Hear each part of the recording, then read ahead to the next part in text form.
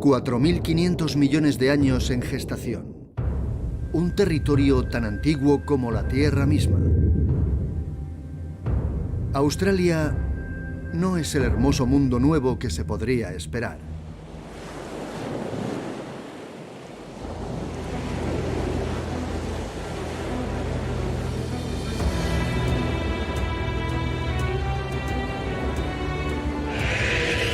Cuando los europeos llegaron por primera vez a Australia, lo vieron como un país joven, una especie de creación separada.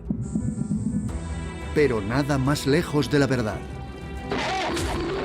El continente habitado más antiguo, más llano, más seco de la Tierra es un rompecabezas formado en épocas prehistóricas. Y las pistas que resuelven el misterio se encuentran esparcidas por toda la superficie quemada por el sol de Australia.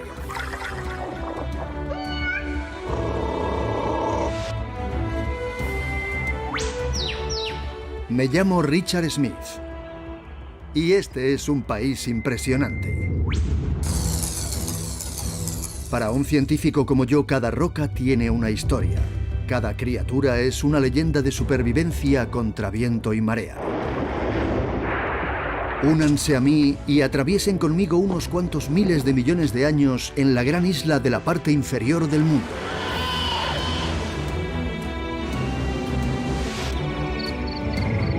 Es el lugar idóneo para obtener una visión de conjunto.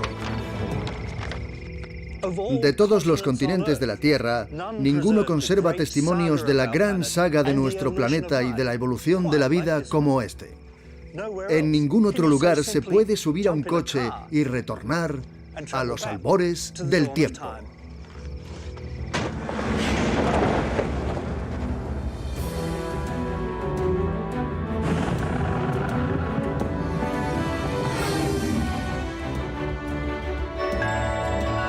Australia, guía para el viajero del tiempo.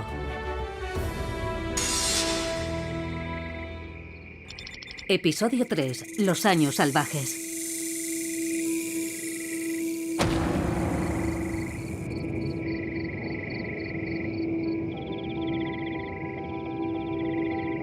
El viaje de vuelta a nuestro mundo moderno desde la ancestral Australia es un viaje largo.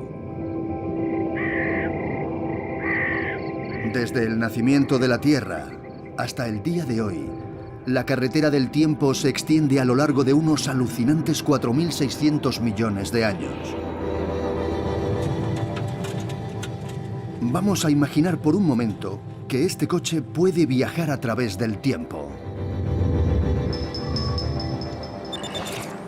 He fijado los controles a 1 millón de años por minuto. Esos son 60 millones de años de historia por cada hora que viajemos por esta carretera. ¿Quieren ver la verdadera y antigua Australia? Es todo un viaje.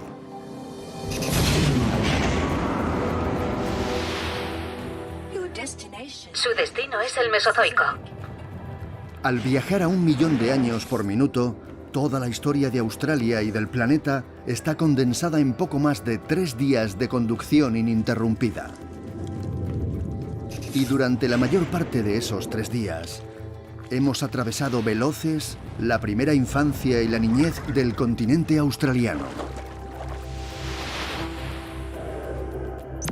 Y ahora, con 70 horas del viaje a mis espaldas y cuando solo me quedan 4 horas más, hemos llegado al principio de la salvaje adolescencia de Australia. Es el Mesozoico.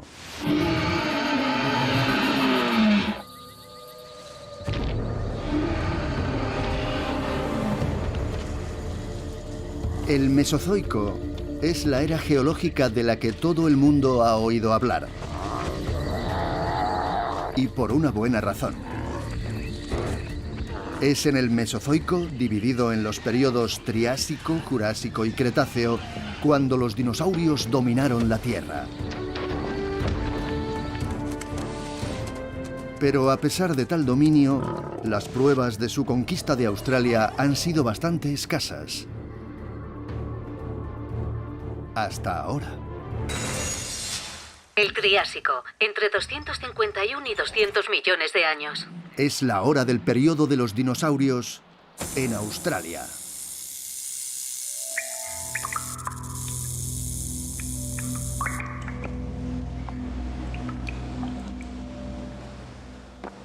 El Triásico, el primero de los tres grandes periodos que componen el Mesozoico, tuvo un comienzo muy agitado. La crisis del Pérmico, la extinción más catastrófica del mundo, había terminado, pero con ella había desaparecido quizá el 95% de la diversidad biológica del planeta.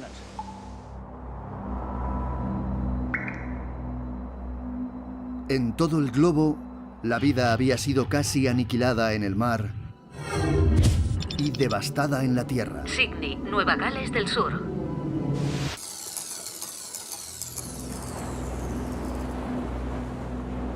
Sin embargo, de algún modo, de la masacre y confusión de ese mundo devastado, se alzó uno nuevo, y con él, el espectacular paisaje de piedra arenisca de Sydney. Creo, Richard, que este es uno de los mejores lugares para ver la piedra arenisca de Sydney. Ahí está el Océano Pacífico, el norte está por allí.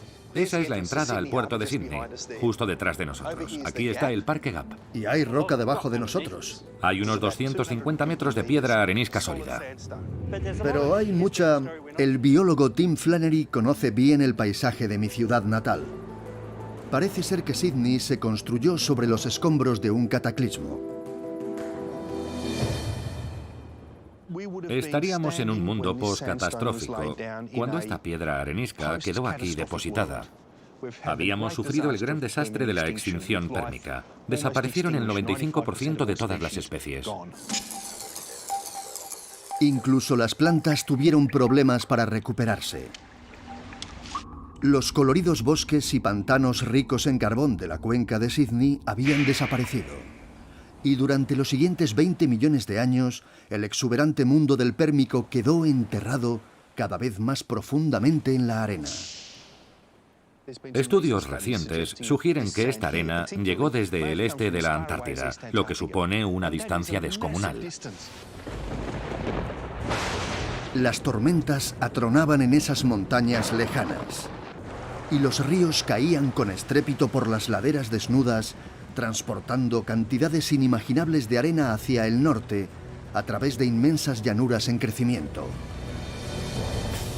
Esta roca me habla de un tiempo en el que la vida se va recuperando con lentitud, pero no había siquiera la suficiente vegetación como para sujetar los bancos del río. Solo existe este gran sistema entretejido recorriendo el paisaje. Puedo imaginarme aquí de pie, observando estas olas de 6 metros de altura, imaginando un mundo en el que los procesos físicos del planeta están tan al descubierto. Estos granos de arena vieron el sol que brillaba en aquellos tiempos. El sol brilló aquí donde estamos ahora mismo. Es un incomparable testimonio físico. Eso es lo que me encanta de la geología, que sabes que esta roca estuvo ahí, hace más de 200 millones de años.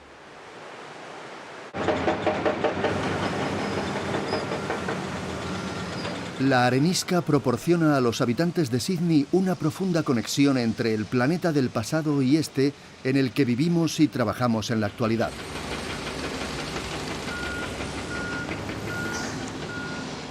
Ahora, tras esperar en silencio y en la oscuridad durante unos 230 millones de años, las arenas perdidas de la Antártida tienen un trabajo nuevo, como cimientos y bloques de construcción de una gran ciudad global.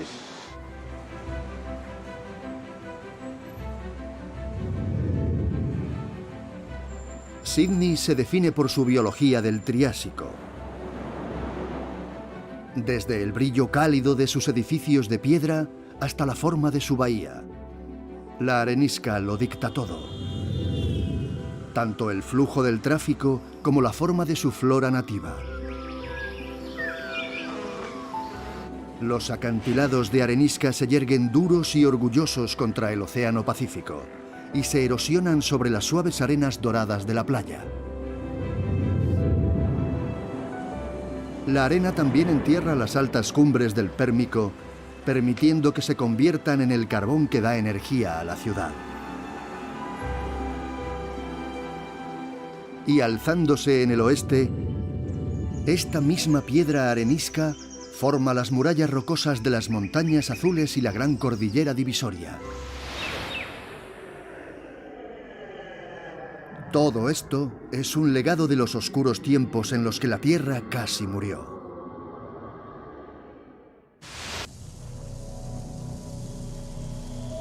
Fue el repentino giro hacia un extremo clima de invernadero lo que parece haber detonado el desastre a finales del Pérmico.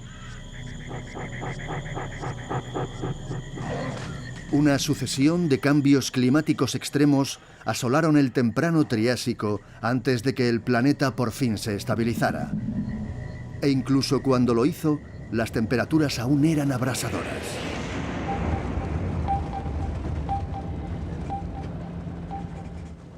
En el Triásico las condiciones climáticas eran muy cálidas y secas sin importar dónde te encontraras. Australia aún formaba parte de un supercontinente llamado Gondwana, pero ahora era parte de un supercontinente llamado Pangea, donde todas las tierras eran una. Con un jeep decente podrían haberse trasladado a cualquier parte. Australia se había unido al grupo salvaje, aunque estaba justo en la parte inferior de la placa continental.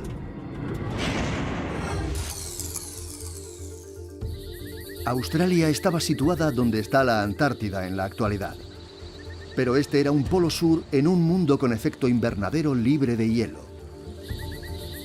Había helechos y árboles guingo, peces de agua dulce y gigantescos anfibios carnívoros. Pero la tierra del Triásico pertenecía a los reptiles. Unos levantaron el vuelo y otros entraron al mar. Caminando por la tierra había reptiles parecidos a lagartos, reptiles parecidos a mamíferos y también los primeros reptiles dinosaurios. Sabemos que estos primeros dinosaurios vagaron a través del sur de Gondwana, aunque no hayan dejado casi ningún rastro aquí, en la Australia del Triásico. Pero la evidencia de que hubo dinosaurios australianos está ahí fuera si saben dónde buscar. Monte Morgan, Queensland. El antiguo pueblo minero de Morgan, en Queensland Central, es ese lugar. El Jurásico, entre 200 y 146 millones de años. Cuando los antiguos mineros excavaban arcilla de una colina cercana, desenterraron el lodo que una vez llenó un lago del Jurásico. ¿Todo esto era el lago? Sí, todo esto. Estamos debajo de la orilla de un lago superficial de agua dulce por la que los dinosaurios caminaban. En el techo rocoso han quedado impresas las huellas de los 3 dedos de los dinosaurios que caminaron por el borde lodoso del lago. Los fantasmas de los dinosaurios todavía acechan estas cavernas. ¿Lo ves? Sí, sí. Estas huellas y las que hay en otras minas han permitido definir una Australia del Jurásico rica en bosques y vías acuáticas.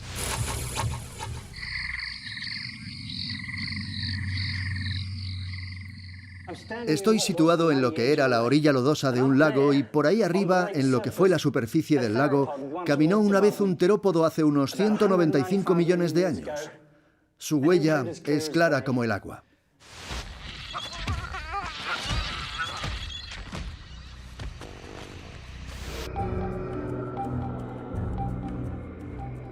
Pero Australia es grande y antigua, roja y llana.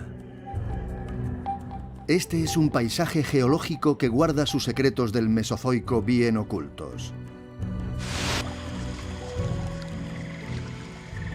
Los paisajes botánicos por los que caminaron los dinosaurios de Australia son mucho más fáciles de identificar. Aún se puede caminar por ellos hoy en día. El Mesozoico fue una gran época para las plantas. La Tierra era un invernadero libre de hielo, cálida y húmeda. Densos bosques se extendían por todo el globo, y las tierras al sur de Gondwana no eran una excepción. Cicadáceas, helechos y guingos eran comunes. Y ahora se les habían unido los ciateales, que todavía abundan en los bosques pluviales y barrancas de Australia Oriental. Pero los árboles que llenaban los bosques mesozoicos de todo el mundo eran las coníferas gigantes. Por suerte, algunas de estas coníferas gigantes todavía están con nosotros. Esta es una araucaria australiana. Es extraordinaria, no solo por su gran tamaño, sino por lo poco que ha cambiado. La araucaria y la kauri de Queensland de Australia Oriental son fósiles vivos muy conocidos de los tiempos de los dinosaurios. Pero en 1994 se descubrió al ancestro definitivo. La Gwolemia, un gigante verde de 40 metros de altura, oculto a menos de 200 kilómetros de Sydney. Aquí, en un par de cañones secretos, había casi 100 ejemplares de, tal vez, la especie de árbol superviviente más antigua del mundo. La viva imagen de fósiles tan remotos como los hallados en la Antártida.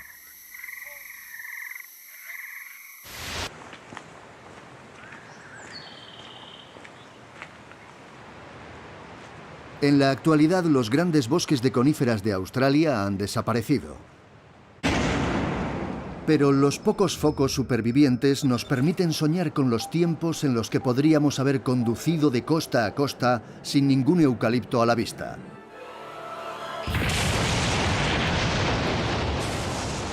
Sin embargo, la Tierra en el Mesozoico estaba inquieta. Como un adolescente dando el estirón, otra vez estaba moviéndose. El supercontinente Pangea se estaba rompiendo, dejando a Australia aún unida a una remodelada Gondwana en el hemisferio sur. Y a finales del Jurásico, procedente del espacio, tuvo lugar otra forma de remodelación. Cayó una roca en forma de un asteroide o cometa y golpeó en Australia Central. Gosses Bluff, territorio norte.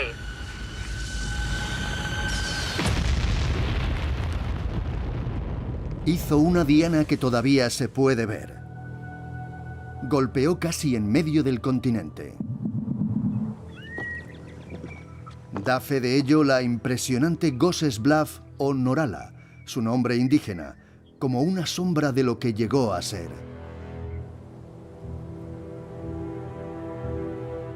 La mayor parte de los 20 kilómetros de diámetro originales del cráter han desaparecido.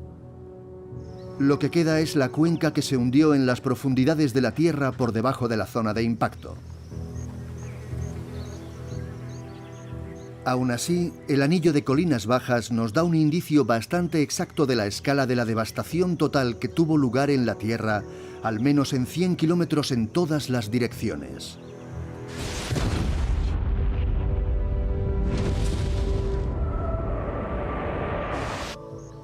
Algunas veces tenemos la oportunidad de comprender la escala de los acontecimientos geológicos pasados, y cuando lo hacemos nos sentimos muy humildes. No fue el impacto de Gosses Bluff el que eliminó a los dinosaurios, pero fue un augurio de los peligros que vendrían.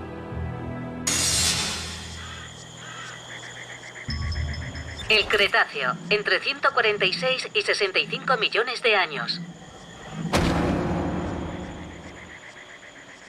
Cuando se inició el Cretáceo, los dinosaurios aún tenían sus garras clavadas en el continente. De orilla a orilla. Broome, Australia Occidental. Ha sido una larga espera, pero por fin el siglo XXI está arrojando una nueva luz en la historia de los dinosaurios australianos.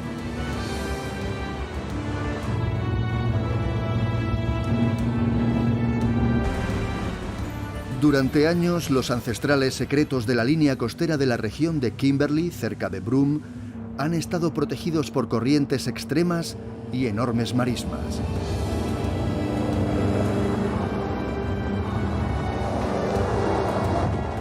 Esto lo convierte en un lugar perfecto para imaginar lo que supondría caminar por la Tierra en el pasado primigenio. Pero aquí no hace falta usar solo la imaginación. Las bestias gigantescas del temprano Cretáceo nos han dejado clara su presencia.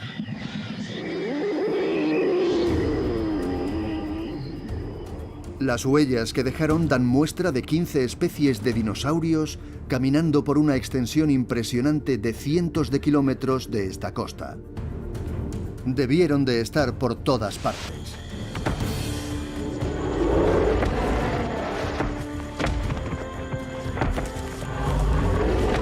Incluso el fundamental estegosaurio ha dejado aquí su marca. Una huella más del puñado de ellas que hay en el mundo.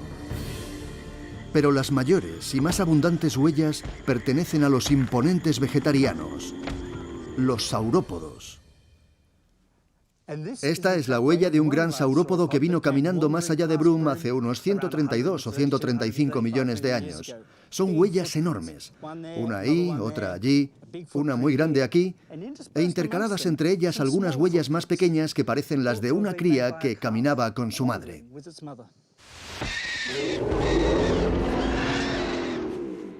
Aunque hay pocas pruebas de cuidados parentales entre los saurópodos.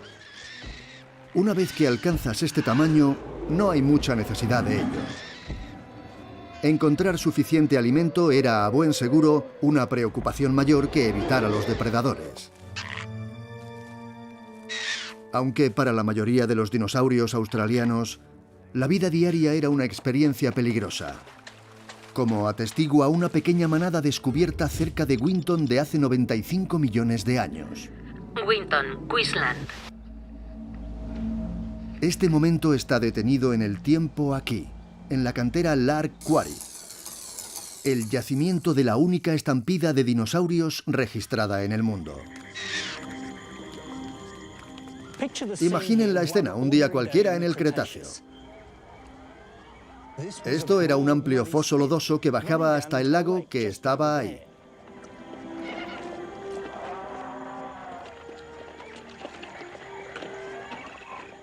En algún momento del día, una manada compuesta también por pequeños dinosaurios caminaba por el lodo para beber agua en la orilla.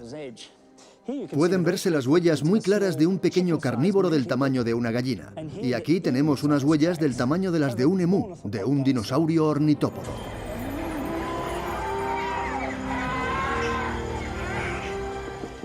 Detrás de mí, más o menos donde está el muro, estaba el comienzo de un bosque de cicadáceas y guingos.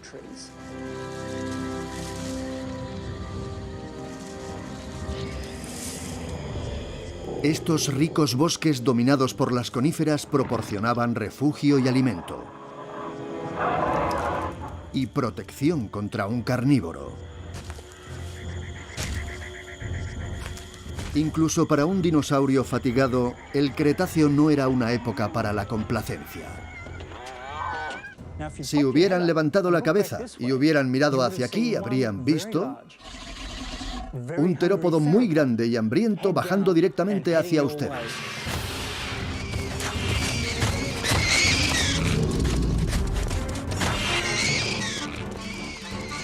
En el pandemonio que siguió, 150 dinosaurios aterrorizados se dispersaron en todas direcciones, resbalando en el lodo y chocando unos contra otros, mientras corrían para alcanzar una seguridad relativa en el bosque cercano.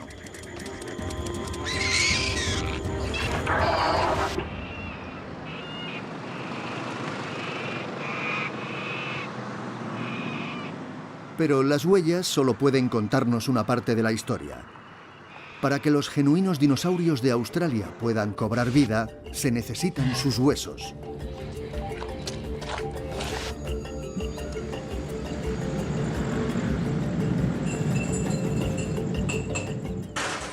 Y por fin esos huesos han empezado a aparecer. ¿Tu café? Gracias. ¿Cómo vas? Despacio, se va formando, muy despacio. Han llegado a ocupar un lugar muy especial en las vidas del matrimonio de ganaderos David y Judy Elliott. Pero estás juntando las piezas, ¿no? Sí, va todo muy bien. Y sin embargo es un dinosaurio lo que tienen en la mesa de la cocina. Es una pila de rocas que contiene huesos diminutos. La hemos llamado pollo o pollito porque ese es el tamaño de los animales con el que se relacionan los huesos. Es pollito.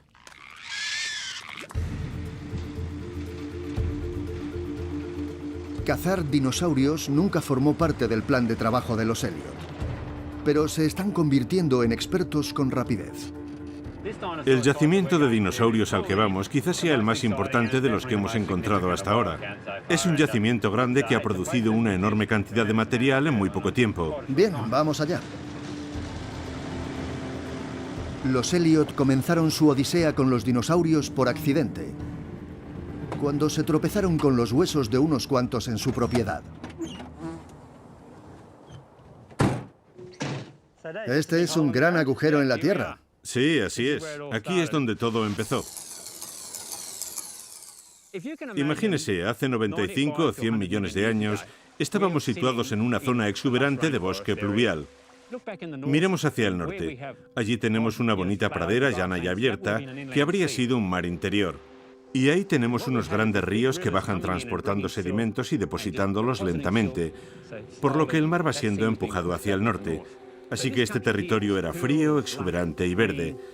Y los ríos estuvieron llenos de peces pulmonados y tortugas, cocodrilos y peces de agua dulce. Por lo que han visto hasta ahora, David está convencido de que los dinosaurios que están desenterrando tienen un pedigrí singular. Estos dinosaurios son totalmente diferentes a los demás. Y eso es cierto para casi todo en Australia. Somos un poco diferentes, ¿no es verdad? Antes de que aparecieran los dinosaurios en Queensland, Winton era más famoso por su asociación con un meandro.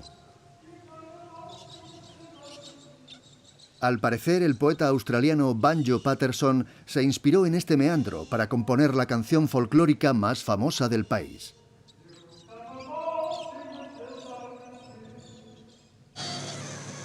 Ese legado continúa vivo. Cada animal que se nos revela hueso tras hueso ancestral recibe un alias local. Cuando se descubre un dinosaurio en la región de Winton, se le busca un contexto. Y uno de los más importantes de Winton es, por supuesto, Banjo Paterson y su canción Waltzing Matilda. No está exactamente bailando, pero es una chica de grandes huesos, el saurópodo Matilda. Estamos hablando de un dinosaurio que medía unos 4 metros de altura hasta la cadera y es probable que tuviera 18 metros de longitud.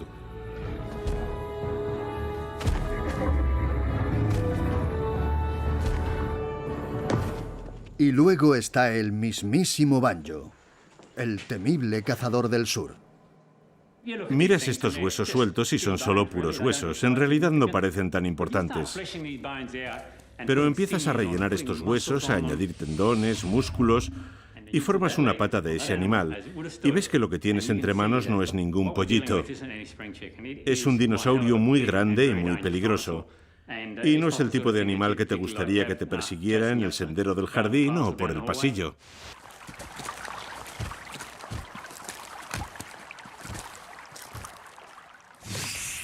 Este animal no dependía de los dientes para matar. Tenía unas uñas enormes, unos brazos colosales y fuertes. Imagíneselo clavando esas uñas, introduciéndolas en el cuerpo y destrozándolo.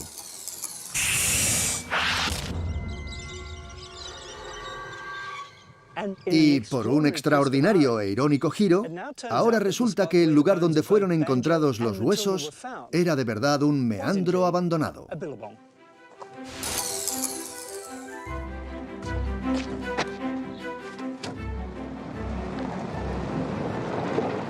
No es que sea el Parque Jurásico, pero después de años languideciendo como un páramo de dinosaurios, el desierto australiano se está revelando como el nuevo y atractivo campo de juego del Cretáceo para los paleontólogos. Siempre ha sido un territorio muy grande, y tras un año inusualmente húmedo, este paisaje está tan verde que incluso parece capaz de alimentar a un ganado bastante enorme.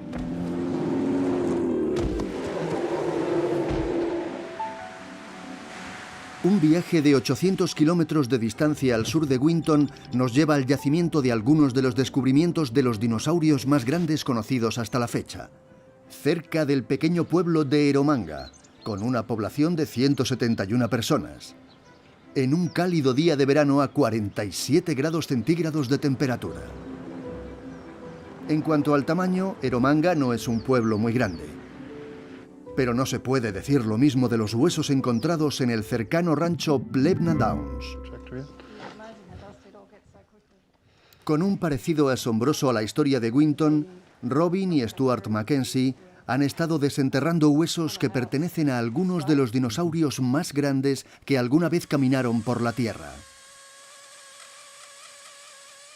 Este enorme hueso de una pata tiene más de 2 metros de longitud. Un hueso de pata gigante de una especie de tiranosaurio aún no descrito. Un gran animal llamado Cooper. Cooper tiene aproximadamente 95 millones de años y lo que tenemos aquí es el hueso más largo del animal más grande que jamás haya caminado por la tierra de Australia. Se cuenta entre los 10 animales mayores del mundo. Con más de 100 toneladas de peso y una altura hasta la cadera como el techo del hotel, este gigante apenas habría cabido en la calle principal de Eromanga.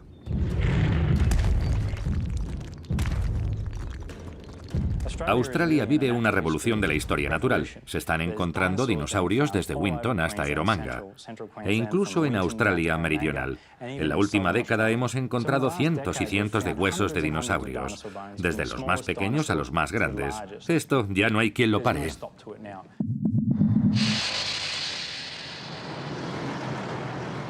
Pese a ser un pueblo diminuto, Eromanga está disfrutando de una gran notoriedad. Ser el más alejado del mar en Australia es otro motivo. Pero no siempre fue así. Pregunten a un geólogo y les dirá que el pueblo debe su nombre al mayor mar interior de la historia de Australia. Hacia mediados del Cretáceo, los niveles de los océanos ya altos se elevaron a alturas impresionantes, más de 200 metros por encima del nivel actual. Y los mares inundaron el centro de Australia. En 1909 fue el primer hundimiento. En un pueblo tan aislado, la única fuente fiable de agua proviene del fondo de la tierra, la gran cuenca artesiana. De aproximadamente 1,5 kilómetros de profundidad. Es la mayor cuenca artesiana del planeta. El agua sube a presión. Puede llegar a 100 grados centígrados. Hay que tener mucho cuidado al trabajar cerca de aquí.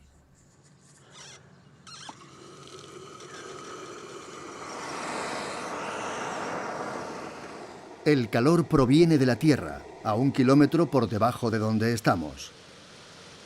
Huele porque lleva atrapado allí 1 millón de años.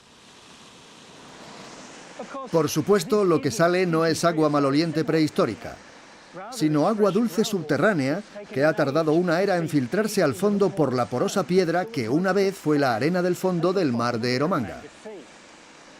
Sin el mar de Eromanga, no existiría la gran cuenca artesiana. Son los lodos del antiguo lecho del mar de Eromanga que sellan la parte superior de la cuenca artesiana. Si marcamos los pozos perforados que penetran en él, podremos dibujar un mapa de dónde estaba antes el océano. Hace unos 120 millones de años, el mar de Eromanga se extendía por más de 1/4 parte del continente. Me dirijo hacia Coober Pedy, en la costa sur.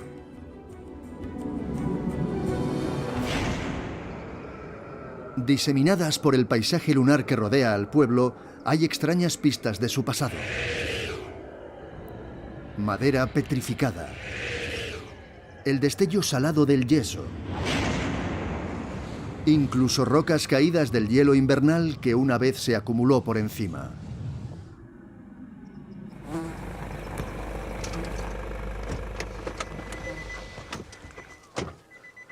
El misterioso y hermoso paisaje de hoy fue una vez un paisaje marino.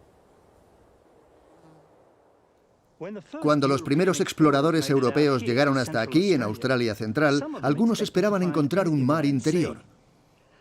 Ahora sabemos que fracasaron, pero no porque fuera una idea absurda. Solo es que llegaron aquí 120 millones de años demasiado tarde. Si hubieran llegado cuando la marea todavía fluía, se habrían encontrado el mar de Eromanga lleno de monstruos. Monstruosos reptiles marinos con dientes como plesiosaurios e ictiosaurios. Eran animales que respiraban aire y habían vuelto al mar. Se sabe que ambos tipos de reptiles cazaban en las aguas del Eromanga. Y también murieron aquí. A veces, un cadáver se hundía en el lecho marino y recorría el largo camino hasta el futuro. Estos días, Coober Pedy se cuece de calor. Pueden parecer una colección de pozos mineros destartalados, de casas subterráneas y trampas para turistas. Pero esta es la capital del ópalo. Las excavaciones aquí producen más del 90% del suministro mundial de este enorme tesoro del color del arco iris. Por lo que no es sorprendente que el ópalo sea la piedra preciosa nacional de Australia. Tiene que tirar de la cuerda e irá bajando despacio. Me siento como... Sí, no mire mucho. Los hermanos Steve y Drago Marjanovic se ganan la vida arrancando estas piedras preciosas del antiguo lecho marino a las afueras del pueblo. Este es su trayecto diario. Un estrecho artilugio colgado de un cable con el que desciendes por un gigantesco pasadizo hasta llegar a 20 metros de profundidad. Vaya, hola Drago. Hola, amigo. Drago se ha ofrecido a llevarnos a la experta en reptiles marinos, Maria Summit, y a mí a las profundidades del lecho marino de Eromanga. Los hermanos han transformado una extraordinaria catacumba de pozos y túneles en un cementerio marino del Cretáceo. Drago, ¿es difícil perforar esto? Sí. El ópalo se formó aquí cuando el agua saturada de sílice se filtró por la roca. Se derramó cuando encontró resistencia y se evaporó muy lentamente. En ocasiones, cuando esta agua rica en minerales se tropezaba con un fósil, un tesoro biológico también se convertía en mineralógico. Vaya, es una preciosidad este verde. Es asombroso y está claro que es una concha. Tiene toda la razón. Se puede ver que son conchas. Esto nos habla del lecho marino que había aquí. Sin embargo, mis favoritos son los fósiles de vertebrados, los fragmentos de esos reptiles marinos que en ocasiones se fosilizan en ópalo.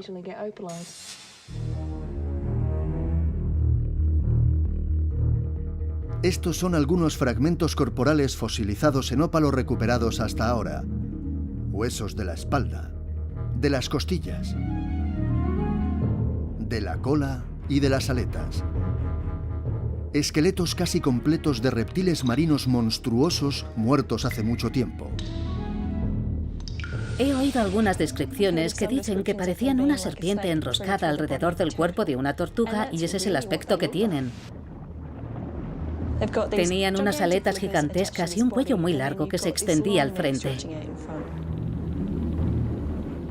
Se han encontrado suficientes restos de plesiosaurios como para poder determinar que muchos de los encontrados en esta zona eran crías. Vemos que algunos son solo de este tamaño. Eran crías. No sabemos la edad que tenían, si eran crías recién nacidas o mayores. Se ha sugerido que, puesto que la mayoría de los especímenes que se han encontrado muestran síntomas de ser muy jóvenes, esto tal vez fuera una cámara de crianza. Los plesiosaurios nacían y engordaban en las aguas ricas en nutrientes y se dirigían al norte otra vez antes de que volviera el invierno.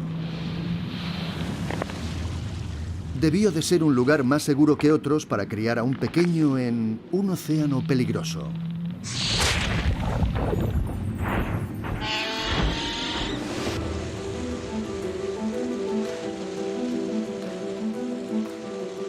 Si hubieran navegado por el mar de Eromanga, se habrían encontrado con una multitud de extrañas criaturas marinas cretácicas.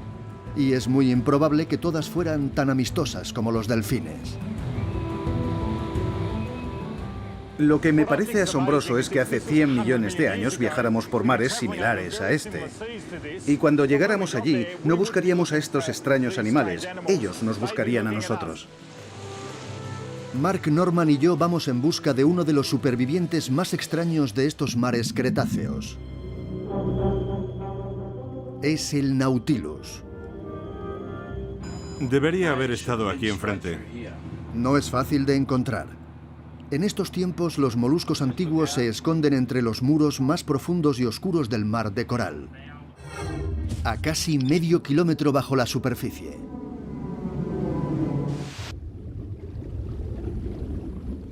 Una trampa lleva colocada en las profundidades toda la noche, equipada con un cebo insólito.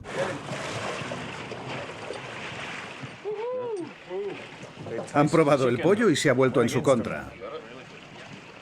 La frase fósil viviente se utiliza mucho, pero estos grupos de animales milenarios han pasado por 7 extinciones masivas. Los dinosaurios no sobrevivieron a una. El Nautilus y sus parientes son los grandes supervivientes, con más de 500 millones de años. Los parientes supervivientes actuales del Nautilus son los calamares, las sepias y los pulpos. Todos cefalópodos. Un clan con una historia larga y orgullosa. He aquí un rostro del pasado remoto. Ojos para ver, ocultos dentro de un nido de 90 tentáculos. Una boca para alimentarse. Puede ser primitivo, pero este animal prehistórico tiene propulsión a chorro.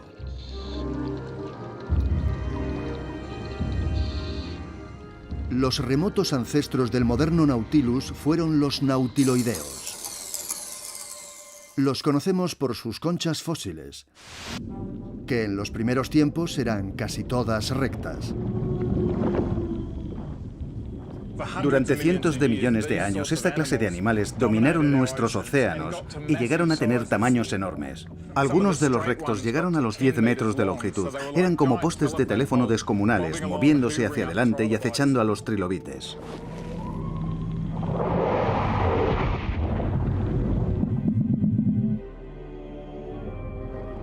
Ya en el Cretáceo, los primos enrollados de los nautiloideos, los amnoideos, eran los que dominaban el mundo de los moluscos. Algunos eran tan grandes como ruedas de tractor y tenían un apetito equiparable.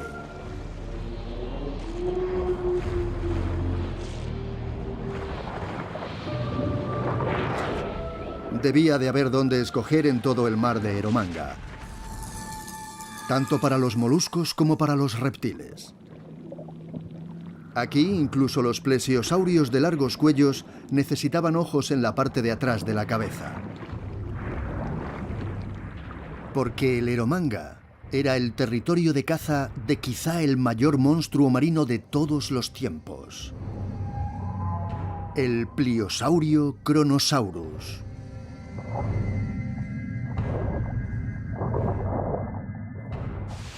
Aquí tenemos el cráneo de un Kronosaurus queenslandicus, el mayor depredador marino de todos los tiempos. Empezamos por el hocico, pasamos por estos increíbles dientes para romper huesos. Volvemos a la parte de atrás del cráneo. Aquí es donde habrían estado los ojos y justo donde yo estoy, a 2 metros de distancia, tendría la parte trasera del cráneo.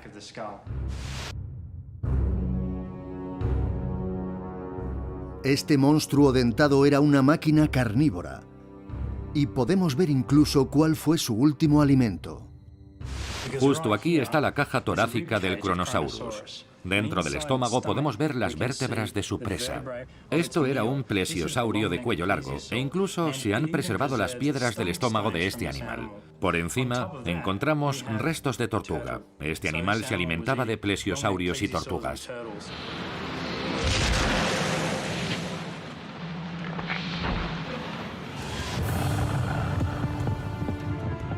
Eran los últimos días de Gondwana.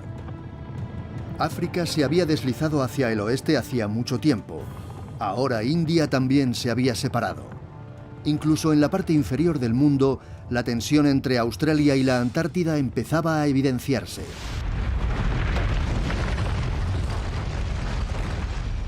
Marcando las fronteras entre los continentes separados, se abría una fosa tectónica rica en bosques, lagos y ríos.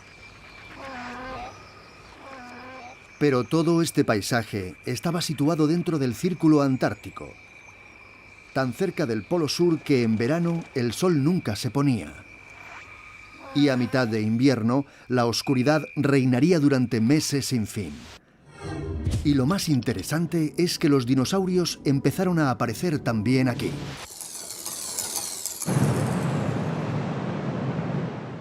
Durante más de 3 décadas, el paleontólogo Tom Rich ha estado buscando huesos de animales que hubieran vivido en estos bosques polares primigenios. No hay muchos sitios en el mundo donde se puedan encontrar dinosaurios polares. Eso hace que este yacimiento y esta zona sean tan importantes.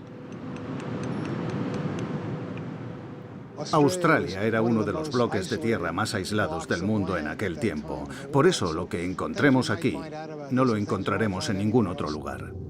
Es casi como si aquí hubiera tenido lugar un experimento diferente de la evolución.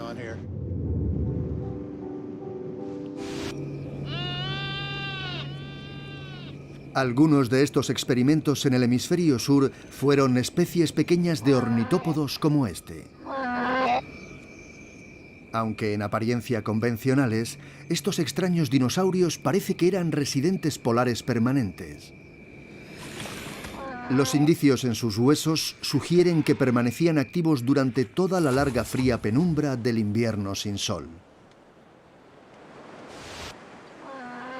Pero los dinosaurios no fueron los únicos pioneros polares que vivieron en estos bosques oscuros. Algunos tenían pelo.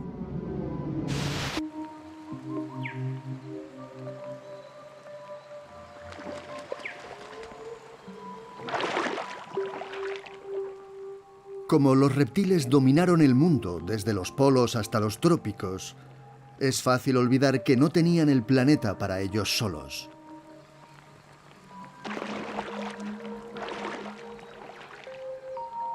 Había otro tipo de animales ocultándose en estos bosques prehistóricos. Todavía están aquí. Y hay uno ahí mismo. Los ancestros del ornitorrinco han estado metiendo sus narices de mamíferos en los meandros y las vías acuáticas de Australia durante al menos 120 millones de años.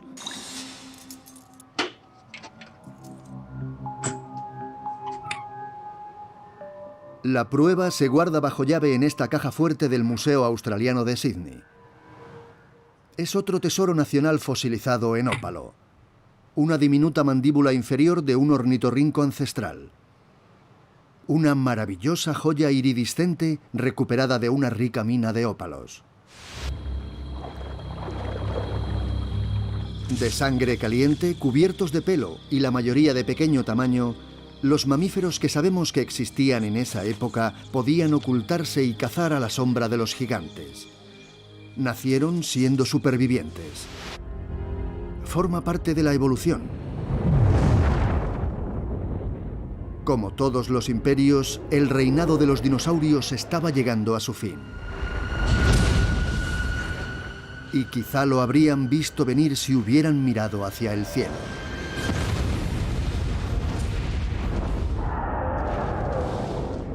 Cuando un asteroide se estrelló en Yucatán, México, al final del Cretáceo, afectó a todos los rincones del mundo por un seísmo.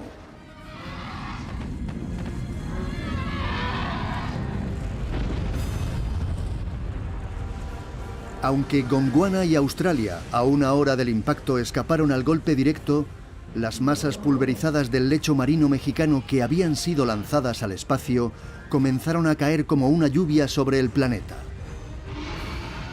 En algunos lugares se habría puesto el cielo tan caliente como una parrilla gigantesca. Todavía no se ha encontrado ningún buen registro de este aciago día en el planeta Tierra en las rocas de Australia. Pero si dan el salto a la isla del sur, a Nueva Zelanda, encontrarán pruebas sólidas del manto de polvo cósmico que cubrió todo el planeta. Esto, lo crean o no, es el momento en el que el mundo cambió para siempre.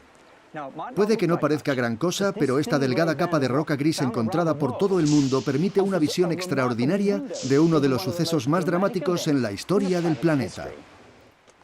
Por debajo de esta frontera yacen los huesos de los dinosaurios, y alzándose en las rocas de arriba hay un mundo que está claramente recuperándose de una catástrofe.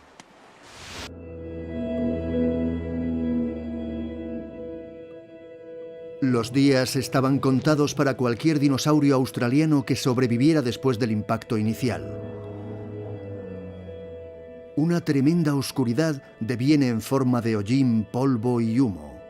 Se apodera del mundo inmediatamente después y dura meses, años o incluso décadas.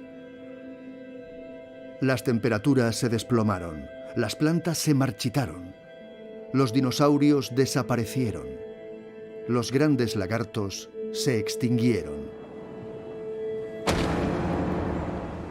Pero el espectáculo estaba lejos de terminar. Como la anterior crisis del Pérmico, la tremenda calamidad del final del Cretáceo había vaciado el escenario global. Aunque esta vez no solo de cara a la siguiente escena del gran drama de la vida en la Tierra, sino para propiciar la aparición de la Australia que conocemos en la actualidad.